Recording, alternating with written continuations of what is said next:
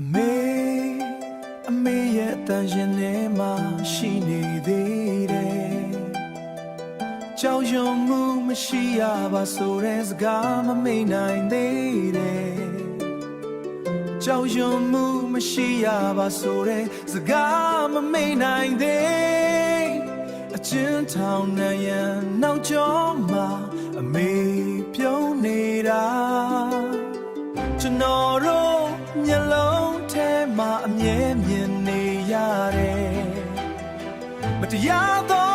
လက်ထိပ်ချီအမေကိုချီထားပေမဲ့အမေရဲ့စိတ်တကားပြေသူနှလုံးသားထဲလွတ်မြောက်နေပဲ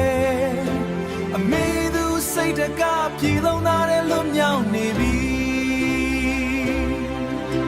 အမေစုလွတ်မြောက်ပါစေ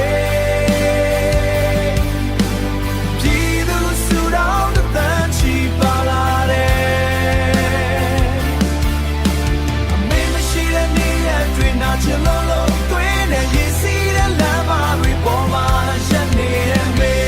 စုလွတ်မြောက်ပါစေမြတ်မာပြည်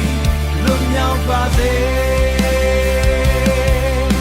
အခုတော်လန်ရေးမီတောင်းနေပြီအမေ